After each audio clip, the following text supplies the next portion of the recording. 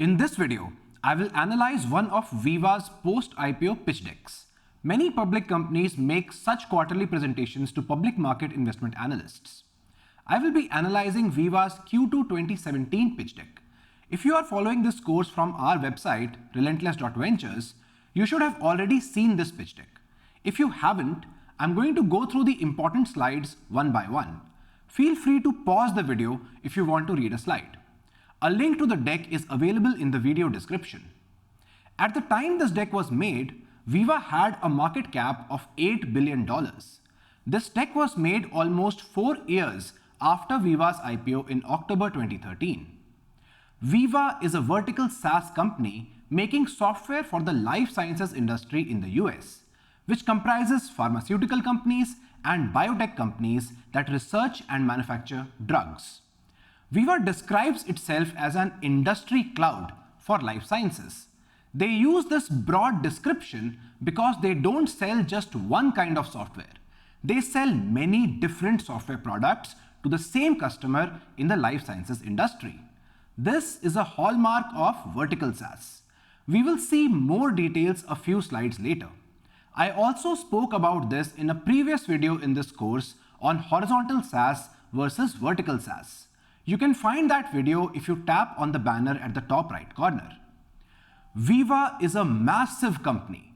It is expecting to make $672 million in revenue in this year. Here are the quarter's results for Q2 2017. ARR is growing at 28% year on year. This is much slower than the growth rates of buffer and front that we saw in the previous two videos.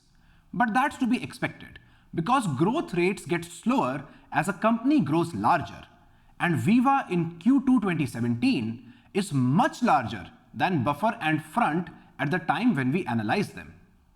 But note that even at their massive scale, Veeva still has 72% gross margins. This gives us an indication that Veeva's business is highly defensible, which has allowed them to link the price of their products to the benefit that they provide to their customers and not have to link their price to their own cost.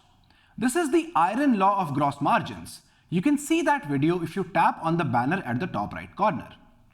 Finally, also note that Veeva is a massively profitable company, making almost $36 million of net profit every quarter. On this slide, Veeva is explaining how pharma companies used to operate before Veeva existed.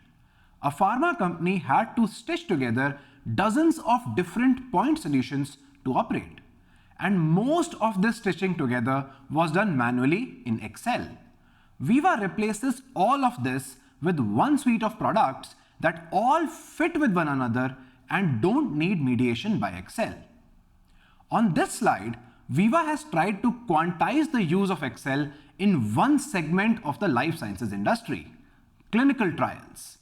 Veeva is claiming that 85% of all processes in this $1.7 trillion industry involve the use of Excel to manage at least a part of the process manually. I will add that this is not true of just the life sciences industry. This is true of all industries in the world even today in 2022. Excel is still the workhorse for managing all sorts of data in most industries. Most internal processes in most large companies in the world still run on Excel and manual work. It is common to find companies using massive Excel files with enormous macros to run critical business processes. It's an incredibly cumbersome and fragile system, which makes it a massive opportunity for vertical SaaS like Veeva. And this will be a great opportunity for decades, because replacing all the manual work and Excel will take decades. So, if you have been thinking of doing a vertical SaaS startup, find out what people are using Excel for in your industry and start replacing it with better software. This is the product slide. Take a minute to absorb all of this. Veeva does not sell just one software product. It has 4 different product lines, and each line has multiple products. If you count everything on this slide, they sell 26 different products. And this is probably not all. Even a single product written here, like CRM, is most probably multiple different products bundled together under the umbrella of CRM. Veeva is an extremely complex company, building dozens of different software products that are all sold in one industry. Compare this to Buffer and Front, which were horizontal SaaS. They sold a single software across dozens of industries. Veeva estimates the size of its market across all its product lines to be $8 billion. Can you calculate Veeva's market penetration? Its current year revenue is projected to be $670 million. So market penetration is 670 million divided by 8 billion, which is 8.4%. Compare this to Front at Series C, when it had a market penetration of 0.6%. Veeva's market share is larger for two reasons. One, obviously because Veeva is later in its life cycle than Front, so it has had more time to capture its market. Secondly, because vertical SaaS has winner-take-most characteristics that horizontal SaaS does not usually have. This is because vertical SaaS usually has expertise network effects. So, vertical SaaS companies can dominate their market much more than horizontal SaaS companies. I explained expertise network effects in a previous video called SaaS has 6 dimensions of defensibility. You can find that video if you tap on the banner at the top right corner. Veeva has 550 customers currently. Can you calculate what's Veeva's ARPU, average revenue per user? Veeva's ARR is $673 million. Divide that by 550 customers and we will get ARPU as $1.2 million per year. You heard that right.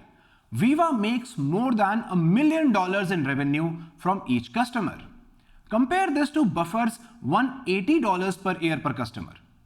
Veeva's extremely high price should tell you that Veeva sells extremely complex software, which handles critical tasks for pharma companies and probably impacts the lives of thousands of employees within each customer company. Look at this slide. These are photos from one of Veeva's recent industry summits. Veeva organizes multiple such summits every year across the world. CXOs and VPs from the pharma industry all over the world get together at such summits. This is how Veeva sells its software. Compare this to Buffer, which did not even have a sales team, or compare it to Front at Series A, when it had a total of 2 A's. It is natural too. If you are selling million-dollar products, you obviously cannot just put up a website and wait for inbound sales to kick in. This slide presents Veeva's cohort analysis with yearly cohorts. But their revenue retention numbers are insane. Their 1-year retention numbers are quite similar to Front, with customers paying 130% after 1 year of what they paid initially.